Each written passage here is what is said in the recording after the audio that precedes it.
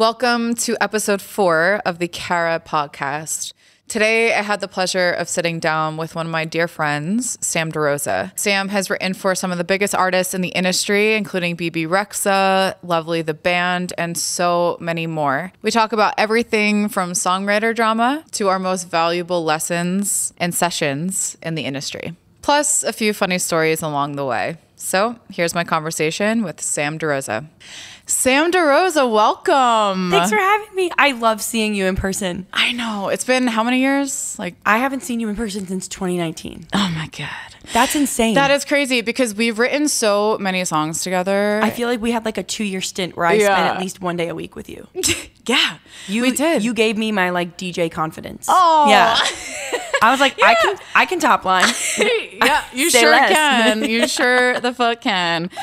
Anyway, welcome to the podcast. I'm so honored to have you here, and you are one of the first guests. I've only had one other guest, so you're the second. Honored. And you were one of the first people that I reached out to because you're killing it, you're independent, and you took your life into your own hands and you fucking made something out of it. And so that inspires me a lot.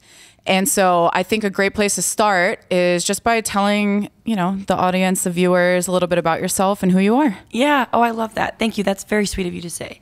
My name is Sam, like a boy or a golden retriever. Really easy to remember. It's like just in case. I joke that I came out of the womb talking or singing. I don't know which one it was, but either has not stopped. So I'm born into like somewhat of a musical family. My mom tried out for my dad's band when they were young, and they've been together ever since. It's actually really cute. Yeah, that's adorable. And then my siblings and I were all musical, but I think I was just the one who wanted to keep up with it. Yeah, I was okay at things. I'm a very average person, if I'm honest. I feel like I'm decent at things, but I really felt like I was great at words. Yeah. And I started realizing that songwriting was even a career later in life. And I've always wanted to be a singer and a performer. And I was like, ooh, wait, I saw Ryan Tedder existed and, Ed Sheeran and people who write for other people but have their own projects. Yeah. So I started just kind of immersing myself into it, first by kind of studying a lot of people.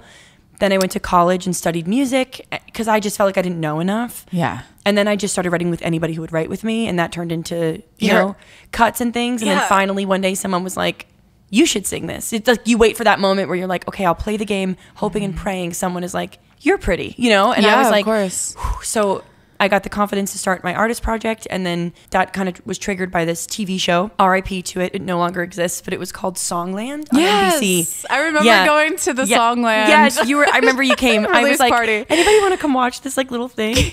But I went on the show, and they didn't show a lot of the episode, but I was in that room for like an hour, and it ended with Ryan Tedder and Charlie Puth looking at me and saying, you're a great songwriter, but you're an artist. Oh, and you can do both, God. And you would do yourself such a disservice if you don't keep this song. And so I remember just being like, whoa. So they kind of like told me, hey, we're not going to pick your song because you're going to put it out yourself. And then that night that the show aired, it was like number 3 on iTunes. Oh, and I had this moment where I was like, oh my God, girl, like you're not crazy. You know what I mean? Yes. I know you've had that. I was like, feeling validated is so nice. And I remember Lady Gaga has this quote, and she says, I always thought I was somebody. I just knew that nobody knew it yet. And I feel like, I don't think that I'm like, I just got the chills. Some sort of like famous or I'm a star. I don't mean it like that. Like I deserve a reality show, but like I've always felt in my brain that I was just different. And in a way where like, I feel like I feel people very deeply, and I feel this like need to take care of everyone. And I was like, so it's going to be through music. Like you may never meet me. You guys may never meet KARRA, but it's like, I'm there when your dad dies, when you get your first kiss. Like I'm there when you're driving to the beach because I feel like I have a song for it now. Yeah. So I feel like I'm everyone's auntie from the shit that I've been through. I'm going to write about it and help someone out. So because I feel like that's what music has just like saved me in a way. Sorry, long ADHD rant, but that's the journey I think of how I got here, where now I'm an artist and a writer, and I feel really thankful for that. Oh, I love that. And I can see so many parallels within our journey. I mean, incredible. My mom was my voice teacher. I was the only one who felt crazy enough to pursue a music career like this one that I have, and I can totally relate to, moving to LA and just writing with everybody and just trying to get your foot in the door. And I found, EDM top lining as my ticket in. And now I released my album, my solo album, and now I'm an artist. And I've had very similar feelings of like not really sure where the path was going because it's looked so different. And I think you are just a great example of just like undeniable self-belief. Thanks. And I think and it's determination. Delulu. It's delusion more than it and is delusion. even. I say Delulu is the Salulu. I saw that as the quote and I'm like, wow, it me. I think it's like a mix of like crippling ADHD where your brain does not stop. So it's just like, this has to go somewhere. Yeah. And delusion. Like, I think you have to be a little bit crazy. I don't even think it's like, I don't sit here and go, I used to use it as a term, like a verb, Kanye Westing, like the shit out of yourself, being like, this is the music you need. Yeah. I don't even think that I'm like the solution. I just have this belief that I'm like, I think I'm just worth hearing. And you can choose to like it or not. Like, you can tell me that it's not your vibe, but like, I know you'll respect it. And that's all I need. And I feel like same goes for you. You just keep like, you put out so much different stuff. And I feel like that's why I've always just loved and respected what you did. And I remember when you came out first as a vocal producer and you were getting shit on so hard. And I was like, why is this so hard for people to understand that like, I'm a girl, a computer. I was just like, why is this? Yeah. It was crazy to see. And then but what did you do? You were like, I'm just going to keep going because you don't have to like me. You don't have to watch my videos, but you're going to respect the fact that I know how to do this. And I respect the fuck out of that. Absolutely. And it's so funny because I get so much hate online. And I think we all do. If you're doing well, you're going to get hate. Yeah. It is what it is. Someone asked, how many ex-boyfriends does this bitch have? And I was like, a lot. A lot. But you know what? I found the right man and I'm married now and he likes he likes it, okay? He likes it. And he's supportive. I also have a supportive husband that is very much like there for me through the hate, through the chaos, and it makes a world of a difference. But now I use that hate as the fuel I need to create content, to clap back, to create controversy, because you have to trigger people in order to be seen. Yeah. And you know, if someone's just gonna give me a layup, then I'm gonna take that. And here's the thing: people commenting on your stuff is engagement. 100%. Thank you. I say thank you. Someone wrote something once on my page. I don't even remember what it was because I don't care. I just remember commenting and saying, "Hey, I love you." And I really appreciate that you took the time to write this. Yes. Thank you. I made a video in my car and someone went, oh, wow, another staged car video, something like that. Yeah. And I was like, hey, honey, thank you for your time. Like, I just like, because I mean it. I mean, I mean it too. If the algorithm works off posts and stuff, if someone takes the time to write, they might think they're doing you a disservice. Yes. But like, if you care that much, I don't even mean it in like a bitchy way. It's just like, if you care that much to say something, you've helped my algorithm. And for that, I'm going to go back on your page. I'm going to be like, hey girl, like, I actually prefer you blonde. I think you look hot. Like, you know, like, give it back in like a polite way. Like, you could turn it around. Oh yeah. Whenever I respond to a hater, it's never in a malicious way. No. It's always just like in a fun, like, I feel like you always send a polite fact. This game. It's like when people write there and you're like THEIR actually. Yeah. And I really only respond to hate comments when there's an educational takeaway. Fair. Like if I could teach somebody about myself or the way that I'm thinking or what I'm doing or just anything that could maybe help inspire somebody else to be like, oh, she's not afraid to get hated on, so then I can post too. I respect that. I love that. And you've had a couple viral moments. Can you talk about that a little bit? Oh God, yeah. I have no idea how like any of it works. I'm still trying to figure it out. I think we all are. I wish I knew because I would. It's like when someone's like, oh, where'd you get that outfit? And you can't remember and you just want to help because it's not like I'm gatekeeping, right? You're like, I don't know how. Yeah. I had a video go viral with my dad. Yes, I know. I've seen it. It was, I mean, it's got like almost 9 million views on Instagram, but then on TikTok, it's like under 500,000.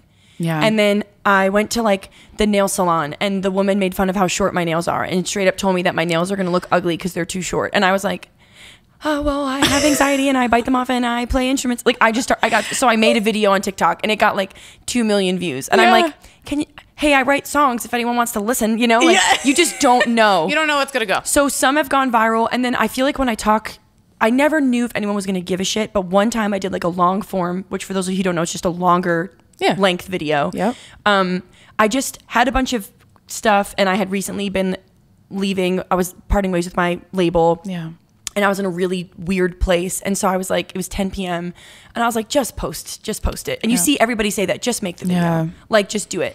I get those hits too. Yes. I'm like, oh, just post. Okay, and it might do nothing, but, and I'll say this, sorry, again, ADHD, but and unmedicated, we're getting there. But like, Someone told me once, if a week from now you would take your video down because it didn't get the views you wanted or the response you wanted, then you're not doing it right. Because if you're not using social media as a tool to say, hey, this is what I do, because here's the thing, it's not about any of us. It is so oversaturated. Yeah. You have to believe in yourself and want this more than you want to be famous. It's got to be about, hey, I just believe that someone somewhere, if you hear this, you're going to like it. If you watch this, you're going to like this. If you see this shirt that I made, whatever it is. Yeah. So it's like, if a week from now I'm debating taking something down because I didn't think that it did what it did, then I didn't put it up because it reflected me or I thought it was going to help me. I did it up to try to get viral or for something stupid that isn't actually me and isn't authentic. And I think if you're being authentically you, leave it up. Who cares how many views it gets? So that was one of those nights where I was like, I'm just going to make a video. I'm not in a record deal anymore. I'm writing songs. I'm sitting on my couch with like no bra on and unwashed hair. And I'm just like, I feel really weird about my life right now. So here's a video about what's going on. And so I posted it like, do you remember this song? They don't got a pill for this. And it was like the song from my show. Here's what's going on. And here's where I am now. And I got crazy. It went viral. It was like, oh my God, I recognized you. I wondered what happened. Keep going. Downloading your EP right now. Just followed you, queen. And it's just like, and some people were like, you know, wah, get up off the couch. And that's okay. I'm like, thank you for the comment. And honestly, T, I should get up off my couch. I should probably wash my hair. But I just felt like, okay. And then I tried to make another one 2 days later and it did nothing. But I was like, let me just keep staying with this narrative of like, okay, who do I want to present to the world? If I'm waking up every day and remembering who I said I was, then I'm not doing it right. But if I'm waking up and I'm like, okay, Sam, like, what would Sam do? Just do what you feel. Then 2 weeks from now, I'm not going to regret what I did. You know what I mean? Or what I posted, and I won't take it down. So the virality is so rare. But I think since we can't control it, I've noticed that the viral videos are always my most authentic ones. Not that they all aren't, but I literally was like, the one with my dad was just, hey, Dad. I know. You're here in town randomly. Can I please put you in my car and like put you on blast and play you this song that I wrote for us? And that was it. And there it goes. It's real. It's real shit. And I do feel like people are a lot smarter than you might think. And they, you know, they recognize what's authentic and who's putting on a show. I totally understand what you're saying. I kind of operate in the same way. I can't be told what to do. I need to do it naturally. I need to wake up every day. I don't even know what I'm going to make that day. I do have, you know, a system for how I get content done and created, which systems and disciplines, all good stuff, but there has to be a level of just spontaneity. And enjoying what you're doing, even if it's like an emotional post like you were talking about. I've done that too, and they've gone so well because people just sometimes need to feel like they're not alone in the situation, and telling your story is so important because that's your truth. So I can understand why those videos did so well for you, and the same thing goes for me. I think that's such a parallel to the creative process of songwriting and making music. Is that it's like I have a system. I know what I do in the mornings to prep myself, but I have no idea where the inspiration is going to come from. Oh my God! I just know, you literally just said it. It's like that's your creative process that you do for content. It's the same, I think, as when you're making music. I think you have to think of it that way. Like, okay, what's going to come? What's going to happen? And sometimes I don't have a song idea, so I'm just going to like force myself to write something, and then it'll either be so bad that I'll be like, okay, and it makes something great after it, or it's just, at least I tried and I'm exercising that muscle. And it's a muscle. Someone told me once, I was at school and I had a college professor and he said, write crap. And I was like, what? And he goes, okay, you're on a farm. How do they grow the crops? And I was like, what? And he goes, crap, shit, literal shit. He goes, so write shit, write crap, because it's your best fertilizer. He was like, so when someone says, oh, I wrote this song in 20 minutes, you did, but you didn't. You've been writing songs for a long time, and you were ready to rumble, right? It's like, there's not going to be a dental hygienist somewhere in Texas that like wakes up tomorrow and writes flowers. It's not going to happen. But I think you using that muscle, it is possible to write a song in 20 minutes.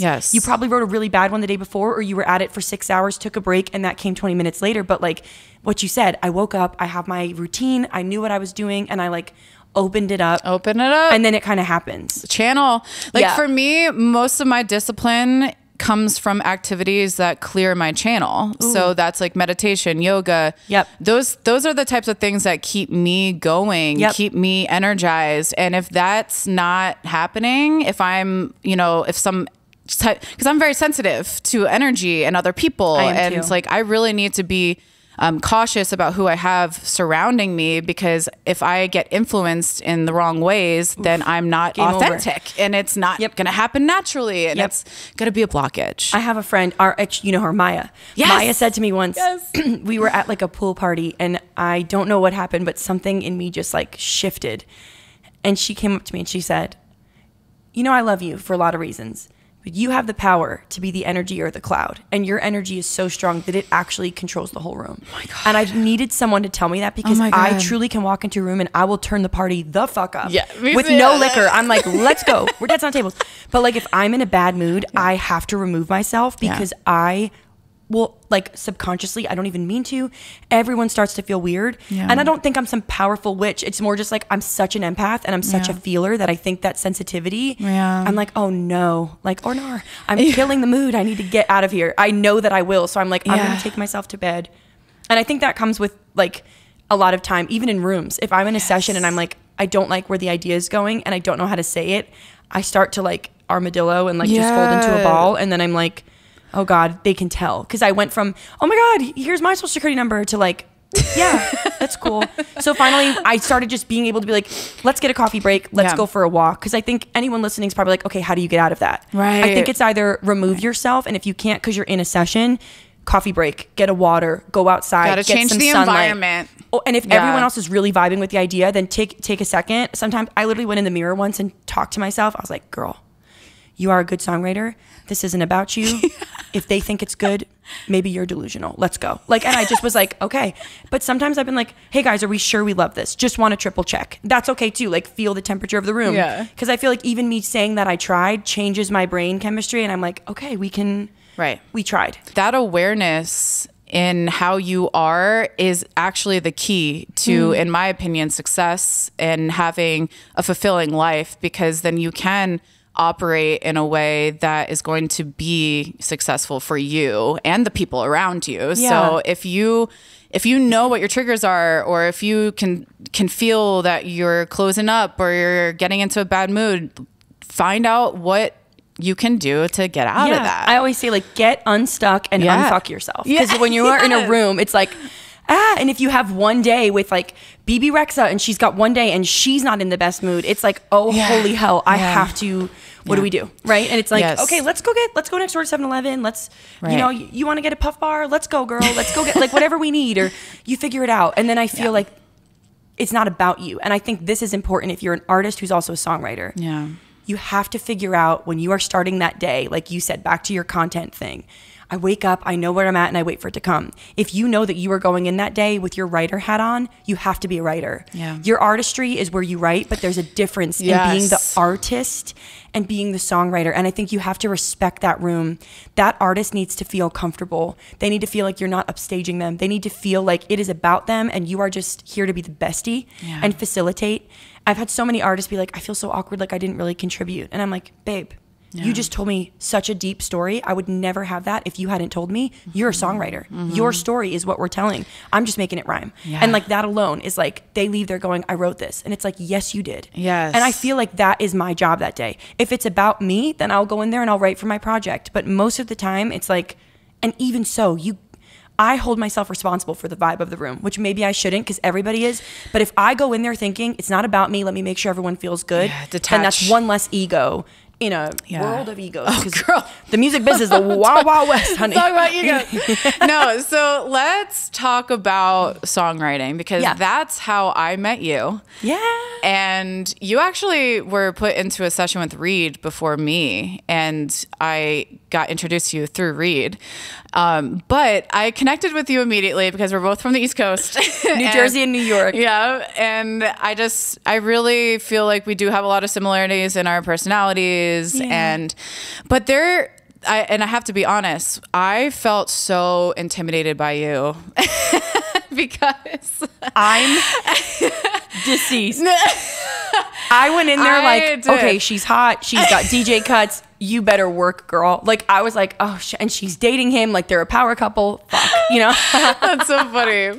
No, I felt intimidated by you just because of how spitfire you are with your ideas in the room, you can literally come up with like 10 different ideas for a song. That's high praise. In like 5 minutes. I just feel like, but that's ADHD unmedicated. That's what it is. Like I was like, I turned 30 and someone was like, you know, you have ADHD, like a doctor. And I was like, oh my God. Yeah. I'm not a genius. I'm sick. Yeah. I'm unwell. I'm not rude when I cut people off. I'm sick. Like, but no, so I appreciate that. But I just feel like that's my creative brain. It's just like, it's got to get it out. Yeah. But I think it's almost a superpower if you're a creative having ADHD. Yeah, because absolutely. Like what you're saying is just, that's my brain. I actually feel like I have some sort of neuro something or other. I think we're all a little on the spectrum if we're creatives. Yes. Like just super high functioning and we just don't know. High functioning for sure. And it took me so long to reel it in, like my anxiety. Right now, I feel really at peace because I've done the work. Yeah. But when I was songwriting in LA especially, I was very overwhelmed because,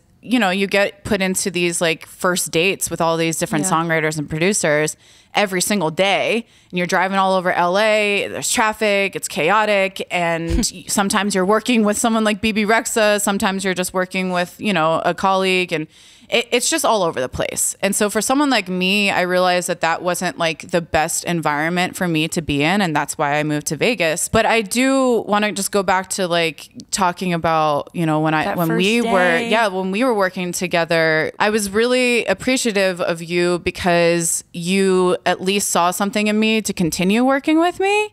And I learned so much about songwriting from you, especially with lyrics, because I felt like lyrics were always my weakness.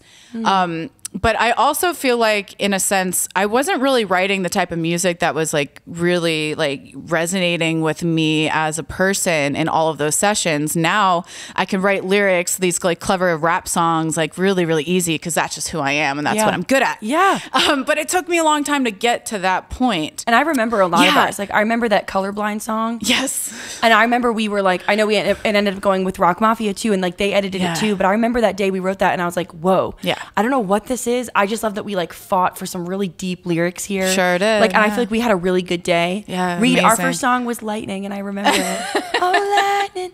I was like, woo! Like, I remember them. Yeah. My memory's really weird with certain things. Like, totally. I feel like because if it's connected to an emotion, I remember it so vividly. And I remember how I felt in that room with you guys. Yes. And we just kept working. We kept working. And you know what? We did get a couple of wins. Yeah, we did get some placements. And which is honestly... rare as hell. It's very rare. And so I appreciate that. And I feel like you really did challenge me. And you brought the best out in me. But vice versa, because I felt the same. Yes. I feel like when you're in a room, it's like being next to an athlete at the gym and you're like, oh, they're squatting 5 pounds more. I'm going to do it. Yeah. Not because I want to compete with them, because I just want to try. No. And I think, man, if there's anything I could give that's like advice in this industry, I think everybody needs to be really careful of thinking of the words competition and jealousy, because I don't think you're jealous of that person. No, I think the word envy has a negative connotation, but it's actually not negative at all. Envy is just you wanting something that somebody else has, but not wanting to take it away from them. Yeah. Jealousy is, nah, you don't deserve it. If I see my friends getting hit songs, I don't go, oh, bitch, why? Yeah. I go, holy crap, this is such a good song. This is really good. Oh my God, I want to get there. They deserve Maybe it. I'm closer and they deserve, and I'm going to get there too. I just want it so badly for myself. So if you're in a room with someone, don't compete with them. Connect and just like be like, ooh, they're really good. And I think that's, ooh, don't compete, connect. Yes. Don't compete, connect. I looked at the camera. I'm like, ooh. No, that's but I solid ADHD, advice. But that's real. Like, get on their, if they are on a freight train and you're a little slow, get on their fucking track, girl. Let's go. Like, she's amazing. I want to be where she's at. How? Well, I'm in the room with her. So instead of me getting all in my head and scrolling Instagram, like, oh, she's so pretty and they like her. No, hey, girl, you're really that was a really good idea. What if we... Yeah. Or, you know what? Sometimes it's not about you. Sometimes the best songwriters can sit in a room and go, I didn't really participate at all, but I was able to say yes or no, and my energy helped that happen, and me getting out of the goddamn way is just as important sometimes. Yes. That's so important. So it's like, if you're a songwriter, you're a producer, and you're listening to this, and you got on this podcast because you wanted to just like get some nuggets of wisdom, just know it is so okay to watch your friends win and want that too. It doesn't mean you don't want that for them. So be really clear. Send them a text and congratulate them. Yeah. Tell them you're proud of them. And when you're in a room with someone who's better than you, or you think is getting more like love from the other people in the room, then learn from them and indulge them, compliment them. Because the second you take that armor down and you go, that's fire, you're so good, all of a sudden it goes away. And you just go, she's so good. He's so good. Yeah, they are. Yeah. Okay, cool. And guess what? You're in the room with them. And you're in the room. Thank you. For a reason. And you're there. So get out. I'm still doing this where I'm like, Sam, get out of your way. Because I feel like 8-year-old Sam takes over so much where I'm like, girl,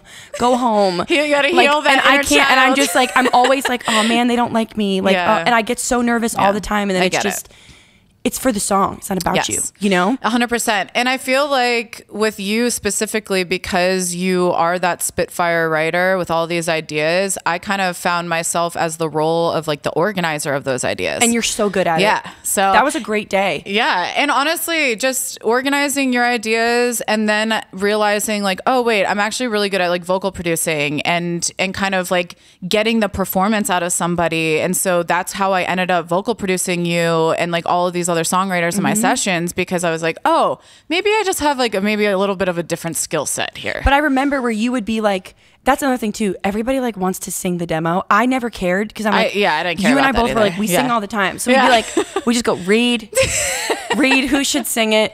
I'm not a fan, like, because if she sings it, I get to eat my lunch. So I don't really care. But you find singers that are like, can I sing the demo? Because I think they think that someone's going to hear them and go, you need a record deal. It just doesn't work like that. No, it doesn't. Who sells the song the best? Sure. If you sound like Selena Gomez and I don't, then I want you singing it. Right. But what I loved is the times when I sang, you would go right up to that control booth with Reed and you would just like, you were a singer, so you would let me know how I could sing it better, and it was so helpful. Yeah, and I try to be helpful. No, I so great in the room. I don't like to step on toes in sessions, but I do think it's important to have a clear leader in terms of the organization and the energy of the room. Yeah. So I was really good at entering spaces, or I built my own studio, and a lot of people came over to my studio. Yeah.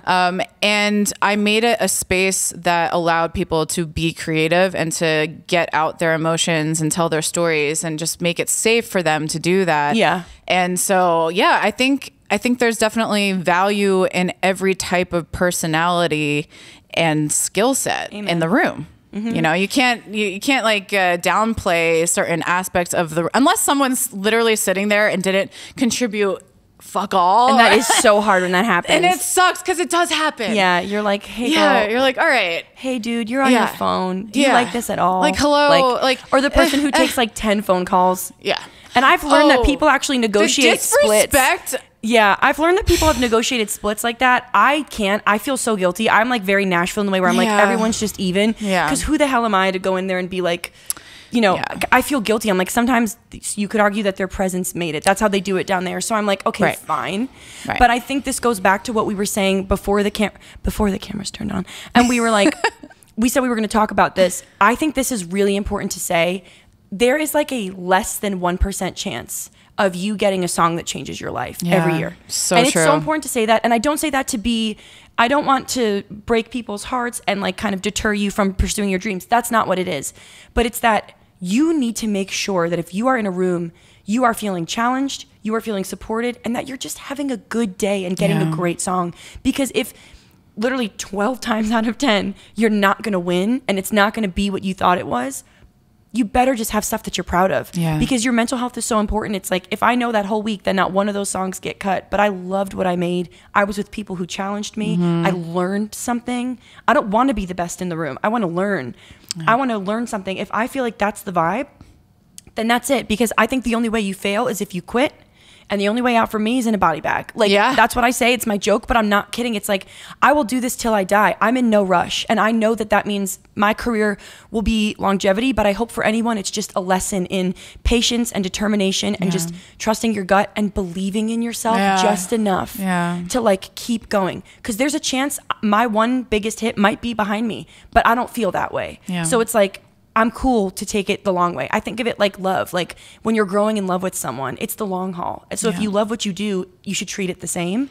Absolutely. So just like believe in it and take your time, but make sure it's a good day. If it's not a good day, change your environment. Because that song, it's so slim with the politics of this goddamn business. Yeah, it's politics. Absolutely. It's so hard to win. So it's like, if that's the case, I could write a song that's maybe better than what's being pitched right now to, I don't know, Dua Lipa. But it doesn't matter because the gatekeepers are gatekeeping, honey. And it doesn't matter anyway. So I just want to go, you know what? Fuck them. I love this song. Yeah. And I'm going to hold this on the Dropbox because even 10 years from now, I'm still going to be here. And maybe that's when it comes out. Yeah. And I feel like that's what people need to hear more is like, if you're in this to be fast and rush out of here, you're doing it wrong. You really need to have a deep love for music, and because it comes with so much shit and baggage and the work gets harder, chaos. I think it certainly gets harder. And when you are so concerned about the material and the metrics and you'll never feel fulfilled. Yeah, if you're checking the charts, I did this. Like, I checked the charts when I knew this. I wrote a song with a group called Lovely the Band. It went #1. It's called Broken. And everyone told me, oh, get Media Base, get K-Warb, and like check it out. So I was on looking. And all I cared about was like where it was going. Did the people in my hometown know that I wrote it? Like, did my ex-boyfriend find out? Like, that bitch. And it's like, none of that matters. We wrote a really cool song. Girlfriend, you did it. You're a hit songwriter. And I felt nothing because all I cared about was what everybody else thought because I forgot why I did it in the first place. Yeah. And so I spent the pandemic like learning that again, like that like love unpacking for it, that, which I know you did too. I feel like you retreated and you said, let's reconnect. Yeah.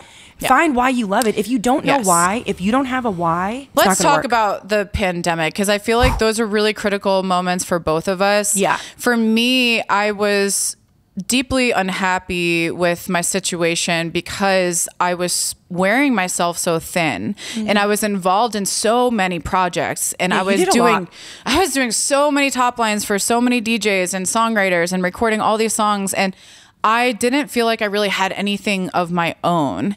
And when I was selling all of these, I sold millions of samples on Splice, and I knew that I had value there. Which also, because that was so cool. I saw the plaque. I was like, damn, that's cool. Thank you. And it was something completely unexpected. Yeah. And I had no idea that my life would take that turn.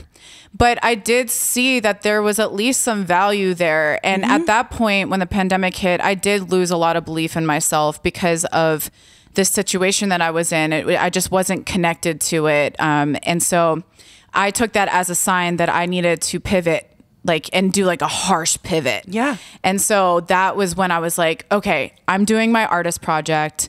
I'm going to focus, or at least try and focus on myself. Like there were some projects that were lingering and, but I did make a choice and decision to completely cut out everything that I was doing and start something new. Yeah. And there's a lot of beauty in that. And it worked out for me. And I know that you were kind of in a similar situation. Like you were in a label deal and just talk about that time for you. And also let it be known, KARRA did ghost me during the pandemic. Okay.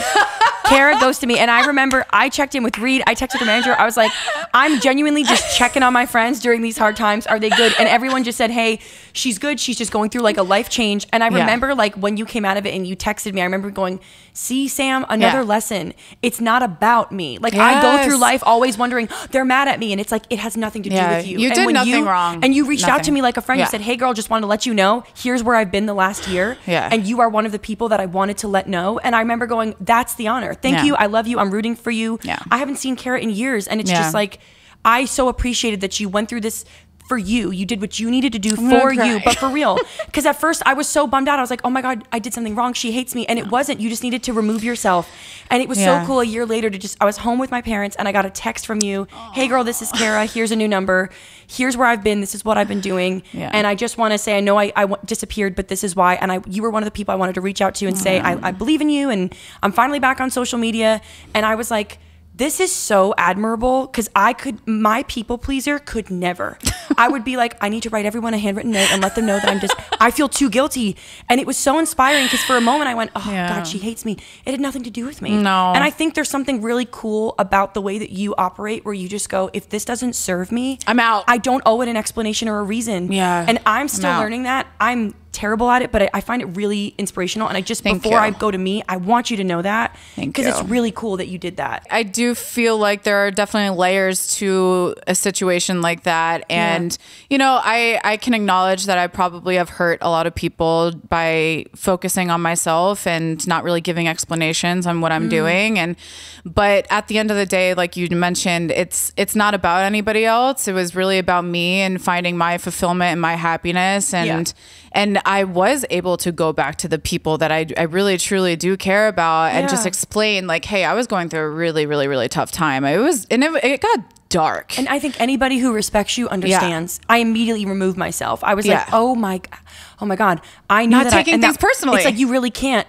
And I think that's the thing is, my friend has a song, if he wanted to, he would. And I just think if they wanted to, they would. Anybody could pick up the phone years now and go, hey, we are not the same people we were back in 2019, 2020. How are you? Hope you're well. 100%. But I think you also can just wish people love without needing communication. And that's cool.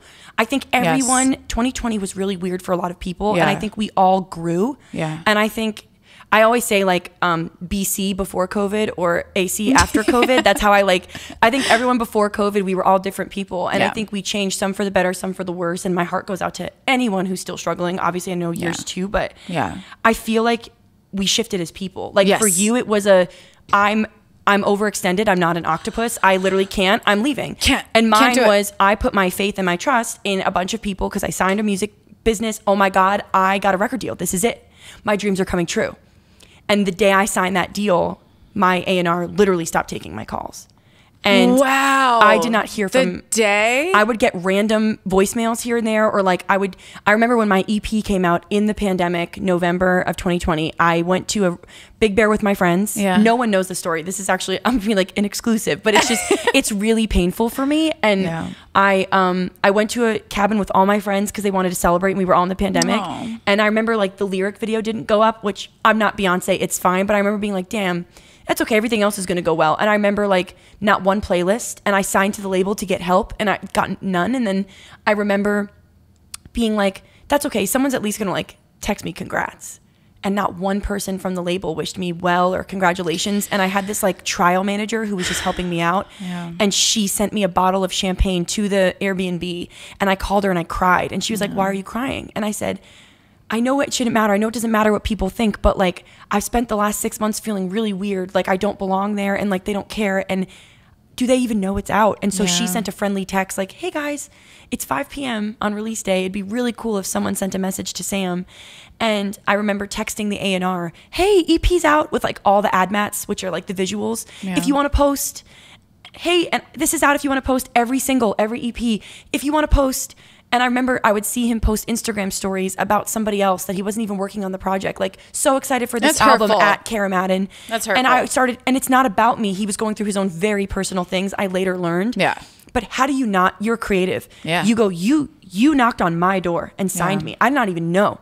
So what am I doing wrong? If you liked the music and you liked me, what are we doing? So I was in a really bad place. And so I remember calling my mom on my living room floor, hysterically sobbing, and she got so freaked out. And I was in love. I had my boyfriend at the time living with me, and he wasn't home. And I remember just being like, Mom, if this does not work, I do not want to be here. And I broke down because I felt so small and I felt so worthless because I let the big industry machine tell me what my value was. And I won't like sob, I promise. There's a little bit of tears, but we're okay, honeys. I swear to God. I swear I'm better now. But like, I have never in my life been that low where I was like, I think the world would actually be better without me, because if I'm not making music, what's the point? Then I'm just that annoying, really friendly girl who's everyone's fan and no one respects me, clearly. That's how I felt. And I let my value be placed in the hands of, oh, I have a record deal, which means I'm worth something. And I was already worth something. I didn't know that. It's all within you. I didn't know that. And so this man who signed me, who told me that my life was going to change, who told me he'd be with me, we were going to win Grammys together, was not answering my fucking phone calls or text messages. He ended up going through something really personal in his own life, and I found that out later. And it's fine. Like, it's good, but it's not good. You know, like there's a part of you that still, it's like, hey, I got married. Congrats. I don't know. Like but you realize you got to let it go. It's just like, I'm also a reminder for this poor person of one of the worst moments of his life. Yes. Like we both, it's not about me. Oh, I'm so happy that you said that. I'm a reflection of his worst parts. Yes. And so it's like, I'm over here wanting some resolution, like, call me, let's hang out. It's all good. Cause I'm so forgiving, but it's like, this poor guy probably can't cause he feels so bad. Right. It's like, and I had to move on from it, but I took my value out of it. I put my whole worth depended on what these people did for me. Yeah. And then I went, they're doing the best they can. Yes. We are in a global pandemic. Sam, you gotta just keep making music and send them a polite message and say, please, if I'm gonna get the same results or worse, let's just part ways. Yes. And so we did. And it was like, whew, I didn't even cry. I remember being like so relieved. I went to champagne and dinner with my friends. Yeah. I was like, yeah. And that was it. I'm really happy that you brought this up because I was going to say that for me, it had nothing to do with you specifically of like wanting to just take some space or anybody that I was writing with or working with at the time. But you guys were also reminders of that really difficult time and space that I was in. And so that also definitely plays a part in it because the music industry is so traumatic. The amount of mental abuse and manipulation that I know I've experienced from collaborators and other producers is just absolutely insane. And so it's like sometimes people just need to detach completely to heal, right? And so I think that's probably the case for a lot of us that are in such a difficult, confusing, wild west of an industry that you don't really know how to handle situations at times. And I think for you, LA became like the city of angels had its demons and you were like, get me out of here. Yes. And I think like anything that reminded you of LA, you're like, I'm out. Yeah. And for me, my label was based in Nashville. So when I first went back to Nashville, I didn't know that. I cried when I first landed and I called my now husband and I was like, I'm like in pain. Like I actually feel weird. And he was like, yeah, no shit. Like the last time you flew here, you signed a record deal and you were doing promo and photo shoots. And I used to go there all the time for writing. And now the city of Nashville is so important to me because I just love it so much. I was like, don't let this steal the joy of why you love this city. Exactly. And now you said you go back to LA now. Yes. You're in and out, but you can go and you don't feel probably as heavy. No. See, because you healed it. I healed. And I think the same thing. I forgive it all. And not because anybody else deserves it. I think it's just because I do. Your own sanity and like, peace of mind. And I think we're too grown to keep taking things so personally. Yeah. I know that. And the reason I still do is because I think I have a lot of shit I got to work through on my own and I can own that. We always But do. I think this industry is so hard because you have to be emotional to write, right? Yeah. To create. We're emotional because we're creatives. Yeah. But then we also have to have like a business brain. And I'm like, where is she? Like, let me know when she arrives because I'd love to meet her. You know what's so funny? Because I actually feel like my business brain, that's what I've been focusing on these last few years. And I am so fucking cutthroat now. And I don't give a fuck. You. I need that. I need to send the email. I don't give a fuck I only anymore. had that recently. I had this is like so Songwriter tea, but like, I don't know if you guys know this, but they negotiate your publishing for you. Like it's refillable breadsticks at the Olive Garden, honey. Like you have no say. And it's just like, this is mine. And so I found out I had a cut coming out with an artist. I won't name him, but it is a man. I just said him. And we'd written the song like a couple years ago at a camp. It was like 5 people in a room. Everyone wrote it together. And then that was it. One of the writers, I guess, I don't even know the story. And the reason I don't know the story, I'll say this. The song was placed with an artist. Yep. And I was basically told, hey, good news, this person wants to cut the record. Sounds good. Let me know. I'd love to hear it. We love that news. Right. You're just like, cool. And I'm like, but then honestly, most of the time it never happens. So I'm like, cool. I don't think anything of it. And then I get told, hey, here are the splits. And I said nothing. It was actually my publisher said, hey guys, because it was at my publishing camp. So we're all part of the same team. Right. She sent us a message, which you'd never think would happen. And she's, hey guys, I got the splits. They're really low. I'm a little confused. So I would say, let's not say yes. And let's just wait. So she inquired within and was like, hey guys, can you send me a breakdown? What's going on? This writer had 15%. I had 5. The artist had 15. They had changed like a few lyrics, but the melodies didn't change. Nothing changed. Yeah. And to me, that's like an artistic intent and integrity, and that's their choice. That's a decision. I don't believe that that's publishing. And I think if you try to like undercut your writers by writing with the artist and not calling them, that's your choice. Because if you called me, I would have been there and I would have gotten equal pub. Yeah. You choosing to omit me from the process does not give you more pub. Do you know what I'm saying? 100%. And then this person's manager had publishing on the song. What? And I was like, wait, so my pub has been split between like you, the artist, and your manager? It was so weird. So that actually happens. I so feel like I that's saw only in, this. So I see this piece of paper and I'm just like, okay. And so I had said nothing. This publisher was just a bad bitch. And she was like, I'm letting them know that we're saying no. Like you just said, no, or we're walking. And they came back and they were like, if you don't settle with these, they were like, if you don't take these splits, then we're not going to get the cut. And so I didn't even know. She was just like, okay, cool. They're not taking this. This isn't fair. And then they came back and it turned out they had already approved this artist to release it on an album that was coming out 2 weeks later. And they thought that they were going to just send me this 5 point, 6 point, whatever publishing, and I was going to say yes. So 2 days later, I still have no idea what's going on. I get 2 missed calls from the other writers. Hey, we met, just want to chat if you have a second. And I am such a nice person, but it actually called 3 friends for advice, and they said, don't take that call, because here's why. You already know what they were trying to do to you for the last 2 months. Yep. You have it on paper. Yep. They are going to call you and try to convince you that what you feel is not right, or explain to you why what they're doing is justified. And I needed to hear that. So I didn't take their calls. And I've noticed when the album came out, I wasn't like tagged in one of their posts, but they tagged everybody else. Yeah. And I was like, I've had situations like that too. I'm the only girl on the song, and I'm not trying to be that person, but like it was a little weird where I was like, man, I've never had to like nickel and dime for splits. We wrote a song, and then it came out, oh, well, you know, that writer who placed the song wrote the whole record. And I'm like, I had to send voice memos proving my receipts. It was crazy. It was like, that is where it gets so messy that it goes back to like, I'm learning the business mindset. I had an amazing publisher who really fought because I didn't know anything, but even then I was the bad guy. They thought that I was some like You're always the bad guy. I was some like stick up for yourself. Difficult bitch. Yeah. And I was like, I wasn't even the one fighting this. I was just getting the news and they were letting me know. But I couldn't believe it when they tried to call me and talk to me with like smiley faces. And I was like, where were you 2 months ago? Where were you when you went in the studio with him? That's not cool. No. And so it's no shade. I'm not angry at them, but it's so disrespectful the way you tried to call me after the fact. And so and then they try to like give themselves less. Yeah. And I was like, yo, I don't need you to take less. I just want us to be the same. Yeah. This isn't an ego thing for me. It's just, it's equal. Yeah. And so this is where I think business mindset matters. And also, like I said, love who you work with and feel supported and appreciated. Yeah. Because even then I was like, what a bummer. What a bummer. God, girl. For a song that's going to stream and make no money. Exactly. Like, what are we fighting over? We're fighting over crumbs. We're fighting over crumbs. Yes. And we are not, we have to be together as writers. Yeah. Producers are not your problem. Producers getting fees and charging what they deserve, that's not our problem. No. Good for them. Yeah. We're being screwed by other people, honey. Don't be mad at your producers. You guys are a team, you know? Yeah. And you married one. You are one. You get it. I get it.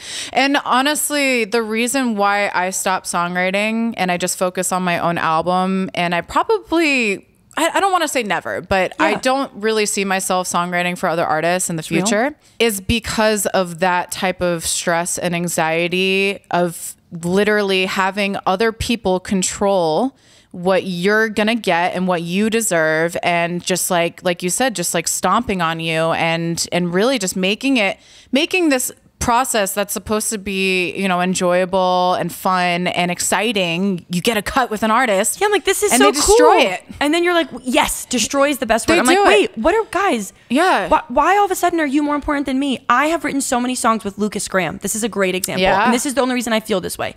We did a few pitch songs. Lucas took the song. He liked it. He changed lyrics. He's a great artist. Some of the writers didn't love the lyrics, myself included, and we reached out to the A&R, and the A&R said, no problem, but since there's like 4 or 5 of you, maybe one of you gets on the Zoom. Yeah. And all the writers said, Sam, you do it. You're like artist whisperer, which I'm honored that they said that, but like they were like, you know how to work with people. So we got on a Zoom, we bonded so hard, and this happened 2 separate times. Few hours, rewriting, reworking, I'm on the Zoom as he's cutting the vocal. I did not take more publishing because we all wrote that song. They're choosing me to help because I would get the job done. You got it done. Anybody in that room would have gotten the cut. It wasn't about me. And maybe Shark could have been like, I want this. I didn't. And like, so that's why you can't expect people to have the same heart and the same brain that you do. But I do think the business of it is pretty specific. Yeah. You don't win by like sneakily like trying to get a couple more words on a song and take pub. It doesn't work like that. No, and honestly, when in those situations where I would either get cut out completely and that has happened to me, especially in EDM. I was going to say the DJ world is crazy. The DJ world, it's so fucked up. So many friends of mine have been screwed. And I am not okay with it. No. And I have always been vocal about how bad vocalists and songwriters are treated in EDM. Yeah. And I'm never going to apologize for being vocal about that because it is a fact And I have gotten screwed out of so many songs and so many deals. And I'm sorry, that is my truth. It's real. And it's real. That's real. And Good it's for you. not okay. Good for you. And I just don't agree with it. And that's why I was like, you know what? I think it's better that I just don't work with anybody, and I can just work with the few people that I know, love, and trust. Your tribe. And do my tribe. And yeah, I had to kiss a lot of frogs, but I found my tribe, and I love working with them, and I always give them even splits. I love that. Yeah. I think that's a cool lesson too. Like, you can either find your people and stay closed off and say, closed off, by the way, isn't a bad word. Just saying like, hey, I operate really well here. This is my family. I'm getting great music here. I want to stay here. Yeah. And I feel like I have people that I love and I still love to date. And it's like, I thrive in that environment. Yes, sure do. And I think like the Libra in me, terrified of commitment, but LOL, she's married now. But like, you know what I mean? Like when it comes to music, I'm like, I always want to know what's out there. So I'm curious, but I think it all still stands true. I need to feel challenged. Yeah. You have to have something going on so that we all feel like we're equal in a room, or else you only put all your faith into that one person that maybe has the hit, and it's like that doesn't mean that they're right. They could have gotten lucky. For all you know, I'm not talented at all and I got lucky. What I'm saying is not right. There right? are like, so many people that got lucky. Yeah, and it's I real. have written with hit songwriters, and either it just was a horrible session and I didn't gel and it didn't flow, but they were hit songwriters. That doesn't mean anything in the grand everyone scheme has a of good it. day and a bad day. Yes. Like we're all people. We all Yes. put on our pants the same way every morning. We all wake up the same way. It's just, it's all about like knowing who you are, what you bring to the table, and saying, I'm going to make the music I want to make today. Yes. Not that I think I have to, not that I Yes. need to. It's just like, I'm just going to vibe and have a good time today. And you know, it's so funny thinking about our history when we were brought into Rock Mafia, who they're responsible for some of the biggest hits in the world. They're like, like these, they're like the Disney hit makers. yes, hit makers. And when I was in those rooms with you guys, like you were thriving, you were shining, and you were just like absolutely killing it. And actually Antonina was the one who told me like, hey, go sit next to the vocal producer and go watch what he's doing. We have to send this to her. She'll love hearing that. She was mother. She was like, I have an extra pair of Gucci shoes. Do you want one? And I was like, I would love one. She soul cycles twice a day on the weekends. Her hair's everything. And I remember you saying, you are writing and doing the vocals. I'm going to sit back. Yes. And I just knew my place in that scenario because it was you and Felly. And Felly is just absolutely insane. Like the most talented songwriter and vocalist I've ever worked with. We love you. So with you two in the room, y'all were just like doing your thing, and I was just like sitting back. I was like, I'm not in this like energy. I'm not that kind of artist and writer.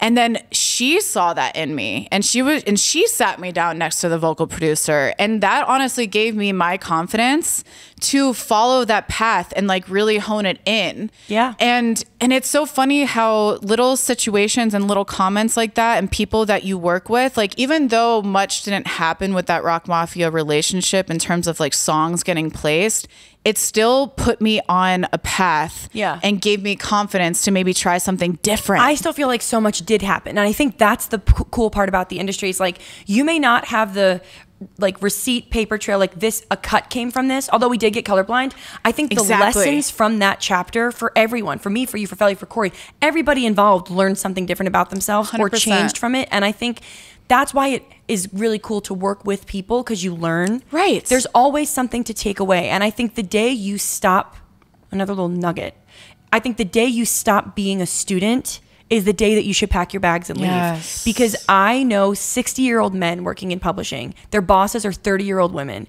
And I'm like, I straight up asked one time, I said, I have a question. How do you do it? Because I know some people have issues with authority. He goes, well, I'm a fan of music and I'm a student. I think there's always something to learn. I love that. And there's always something to be taught. And I think the day that you wake up and you feel like there's nothing to dream about or think about or learn, then you're in the wrong business. And that's okay. You've had your time. You pack your bags. So I think it's like sometimes it's not about getting the hit song. No. It's the room and the lessons. And that's what I'm saying. If less than 1% is successful for you this year, for all of us, not to deter, to just like inspire you. If that's the case, then have a good day. Yeah. What's the takeaway? What's the lesson? What did you learn? What did you do differently? Like if I'm like, you know what, today I'm going to be a melody person. I just want to give it a twirl. Tomorrow I'll be lyric again. Like I just want to like see what's up. I think that's the beauty of this is like, if you're in this for the right reasons and you're in this for longevity, you will learn so much about yourself. You can always reinvent and keep going, as you have, KARRA. Absolutely. Truly, as I'm learning to slowly. Yeah. But like, honestly, I feel like that is how this all works, is it's like a love for music. Because once the zhuzh of it wears off and you go, oh, we're not all going to be rock stars. Yeah. You are broke way longer than you're rich, honey. I'll tell you that. Yeah. And the money can go away just as fast. Oh, so fast. And so for that, it's like you have to love it. Yes. Believe in yourself, know yourself, learn yourself if you don't yet. I'm still learning. I'm 30 and I'm learning, honey. Like, just keep going. And I think that will change it for you. And I don't know. I love that you're doing this because I just love talking about this shit. I know, me too. I think it's important, and that's why I do want to have more guests on, because so many different perspectives and so many different kinds of stories, and and to me, I'm learning so much even just by this conversation. Same, honestly. And that, like you said, like, it never stops. And as long as you keep going and you really truly have like that deep love and passion for music, and you accept the fact that it's not gonna look the way that you want it to look. I was just gonna say that. Like, if you are an artist, there's a really small chance that you're gonna be Dua Lipa. First of all, she already exists, and it's rare and once in a lifetime, right? If you're a songwriter, it's so rare that you're gonna be Max Martin. But you know what? When you find all of the lanes that exist within this business, you bought this beautiful home. Guys, you can't see it, but her house is insane. Oh, thank you. I'm in LA, hit songwriter, plaques, Grammy nomination. I'm still renting a house. You know what I'm saying? Like, think about it that way. You own your home. You make beautiful money. We both make a living. We're both doing fine, right? Yeah. But the perspective of where you went, I see a lane for myself. Yes. I'm done chasing what it looks like. I'm going with what it feels like and what I want. And you did that. Yeah. And I'm learning that too. Like, hey, just so you guys know, there's a man somewhere in California with a $3 million mansion. You will never meet him, but he's probably done every sync possible for like RuPaul and America's Next Top Model. And he's fine.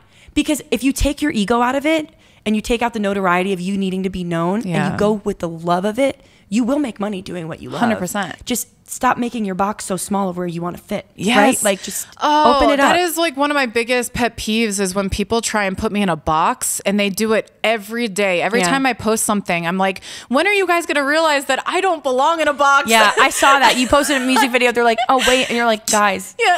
That's the same way I feel when you do features. It's like, I'm featuring on this. I wrote this. I'm featuring on this. It's like, you can do a million things.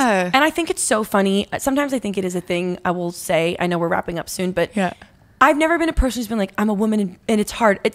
But like, I do see it. Like, we don't ever say, oh, Shawn Mendes, another kid with a guitar. Ed Sheeran already exists. But like, Nicki Minaj was, and Cardi B, everyone was like, oh, only room for one female rapper. Why? Oh, the girl groups that break up, only one can be a star. Why? We have no problem when One Direction all go solo. I agree. We make it so hard. So it's like they see a female that they've seen in a lane and they decide that's it. They see a woman getting married and they go, up, that's it. They see a woman becoming a mother and they go, that's what she does. No, little do you know, we can literally do every and anything.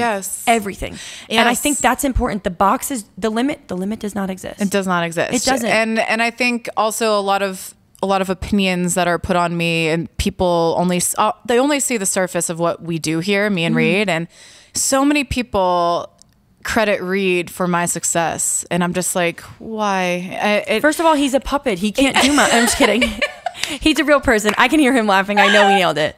I call him Uncle Reed because he's like the founding father of like so many things. But I feel like the beauty of your relationship with Reed, not to interrupt, but it's like, because I know it's weird if you say it. I think the beauty of you guys is like the irreplaceable like partnership that you have. You both see each other so equally that I think those comments make him laugh just as much as they do you. Sure do. I remember being in rooms, watching Reed walk out of the room and going, you got this. Like, just, and you would cut my vocal and you'd comp the vocal. And I remember he was vegan at the time. He'd go make his little shake. And I remember just like, for even a moment was like, does she know what yes, she does. Because even me, like, you're like, a girl's going to cut my vocal. We all do it. And if you're a woman, you're such a liar if you say you don't. We're taught to walk into a room and size up the bitches and be like, there's room for one. The men need to like me. The men are the best at the job. No. And I remember him just being, he didn't even say anything because he never does. Reed's like a little silent killer. He just walked out of the room and you cut and comped and did the whole vocal in the Topanga house. And I remember just being like, wow, that's cool. Because not only is that love and just like full belief, he didn't say it, he didn't take credit, he didn't even try to help you. He was just like, she's got this. And I watched you like comp and edit, and I was just like, I get goosebumps because I was like, this is really cool. Yeah. So no, Reed isn't to credit for your success. I think it's just you are the product of a beautiful love story and a lot of hard work and a partnership. And I think when you find your person, you don't care if they get the credit. Sometimes you're like, that's right. It's like we don't even we don't think like that. No, you don't. We don't have any sort of division. Like we are literally a team. Yes. We're like essentially one person, one unit, like working towards something. I always say my love does not complete me, it complements me. Yes. I think it's two beautiful parallel lines just floating, and I really feel like you were I think the right love makes you confident, it makes you brave, but it keeps you wild. And I feel like you got such confidence from everyone in the industry. Like you said, Antonina, people were throwing it at you like, you should vocal produce. But I think you living with a producer who went, hey, I see you, you can do this, is why you're here. And why we're still having this conversation. 100%. And it's so cool. And that's why the hate comments make you laugh, because you come home to this beautiful life and you're like, they're two separate worlds. You have to. It is two separate worlds. And you just said that so beautifully. And it's so healing for my heart to hear you say that, because I feel like oftentimes I'm misunderstood. And I've kind of just accepted that. That's just me. My entire life I've been misunderstood. I have always felt like I didn't belong anywhere. And that's kind of why it's nice to talk to you, having this full circle moment of somebody that, was in my life for so long, and songwriting. And like at that time, I really thought that I was going to be a songwriter and that I was going to get that hit song. And like, hey, I still haven't had the hit. You still can, girl. You can still do it. And I still can. Mm-hmm. And you will do it. I will do it. But it's going to come from a much healthier place, because I actually did the work. And that kind of like goes to show that sometimes it doesn't take, it's not like an overnight success is 10 years in the making. I love that quote. Yeah. And I love that quote too, because it's so true. And I think we are both testimonies to that. And you know what? It doesn't matter if we haven't blown up to epic proportions and had our Grammys and stuff. Like none of that matters. Like the fact that we stuck with it because we have this love, this deep, deep love and passion for music, and that we just show up every single day for ourselves and we show the world who we are. And it's inspiring, like to show people that they can be free and do what they love to do. And I think that's what it is. If it's for you, that's all that matters. If it's for you and it happens to help somebody else, then you did it. That's even cooler. I always say, if I have the balls to sit down with my emotions and process them, win.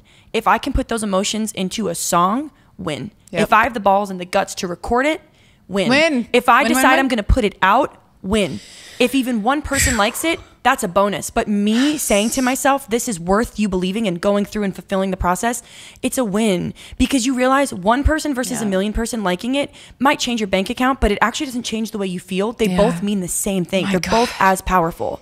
Yes. And this was a beautiful day, and I love you so much. Yeah, no, I love you too. And once again, I'm just honored that you took the time to come and have this conversation. Thanks for talking to me. Thanks for asking me to come. I'm in Vegas. Who wants to drink? We are in Vegas. Contrary to popular belief, Vegas is actually super chill, and it's very beautiful here. It's beautiful, and it's a great place to live and be. And so, thank you for visiting. Love it.